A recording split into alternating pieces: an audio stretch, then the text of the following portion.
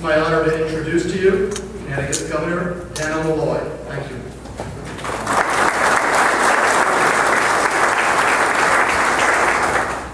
David, to you and your staff who put together this program, I want to thank you for inviting me to participate and to host along with you.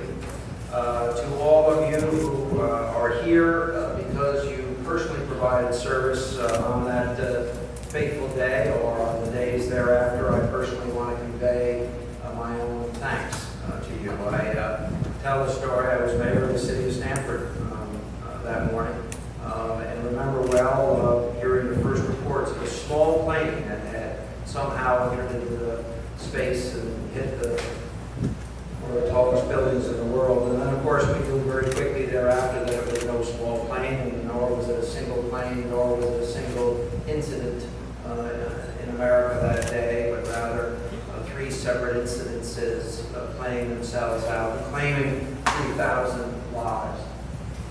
And in the course of the last 7 days, as I began our official observances of 9/11 here last Thursday night, when we called together the families of the 156 souls that claim some part of Connecticut as their home or their history who perished on that day. As we sat here and surrounded by individuals who had come to know each other through crisis and sorrow, and we tried to find some way to comfort them. That was the beginning of my week. Last Sunday, I had the high honor and privilege to have been invited to the World Trade Center as it is currently being rebuilt and reconfigured, and had the opportunity to be with the former President Bush, our President Barack Obama, and a number of other dignitaries, including the former mayor of New York City on 9/11, along with its current mayor. I reflected as standing in this, once again, brilliant sunshine on that same exact day, simply 10 years later, and pondered what has transpired and what makes America so different today, so special, and so much the same today as it was even before that day. So much the same as it was. If you want to understand that concept, understanding that in other ways we've had to change our approach to security, we've had to stand in longer lines at airports, we've had to be subjected to more interviews and more inspections, we've learned how to suppress fires better and how to protect our folks better, and we've gotten new technology to make sure that we can talk to one another in times of crisis, that we can better conform our activities to the events that present themselves. All of that is different.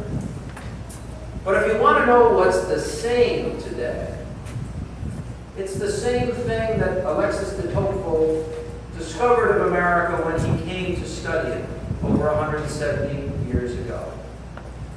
That somehow and in some way, in this particular country, emerging as it was, we were already different in our very fabric of our being than the other nations that he had studied or existed on the earth at that time.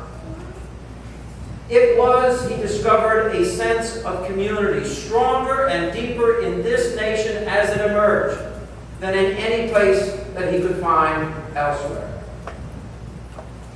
Our religions tended to be less driven from the top and more driven by the membership.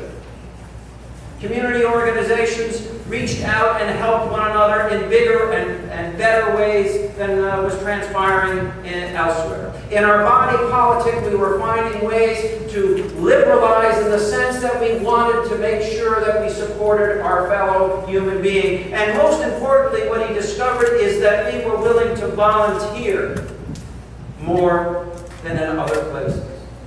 Somehow, at our very core of our American existence, the concept of volunteering, of caring for community, of responding to build a neighbor's barn if it had been burned, or replace a church if it had been lost to lightning,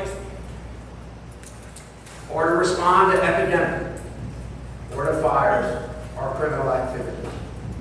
And so I think about that as I'm here today. Think about all of you think about what we're marking on this occasion. Individuals who were not paid to go to these circumstances, who were not required by their contract with their employer to do so, but in every case volunteered to respond from our state to another.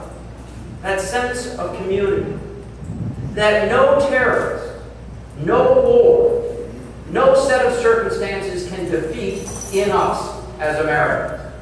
We mark, after all, on this occasion, that response, that very human and American response, that desire that I saw that day when the Stanford Fire Department came to see me and said, we have people who want to go down and take our equipment there and get as close as they can and cover other firehouses activities if that's the best we can do. Or days later when police officers from Stanford gave the same request and said we would like permission to go down there. It was this desire to be part of a recovery which is so American and so great. So what I really want to convey to all of you is we have survived this 10 years. We have learned new things. And yet in the midst of it, at the very end of this 1 week's activities, we are together celebrating that which is uniquely American about us. No terrorist, no war, no set of circumstances can ever deny that. Now, one final point I want to make, and this is very different in current military circumstances than it was at other times. Everyone who serves in our military has volunteered at one time or another to be a member of the volunteer, and I know some folks are chafing at having been recalled so many times in the reserves. But we have a military that is made up of volunteers. And I know the Bill and Perry families have lost that wonderful son. Was honored to attend an absolutely fabulous, remarkable send-off and funeral in Stanford. And so we should join with all of the other celebrations of volunteerism, of participation, of response. We should join to all of that our appreciation of our military, that for the last 10 years has borne the active difficulties that war bring with it. To that family who I've already expressed my condolences to, and to all of Connecticut's families that have lost a loved one or had one injured. Again, I say thank you on behalf of your state and your nation. May the passing of this day, this week, the 10-year anniversary of what brought us all together, bring some solace to you all. God bless you.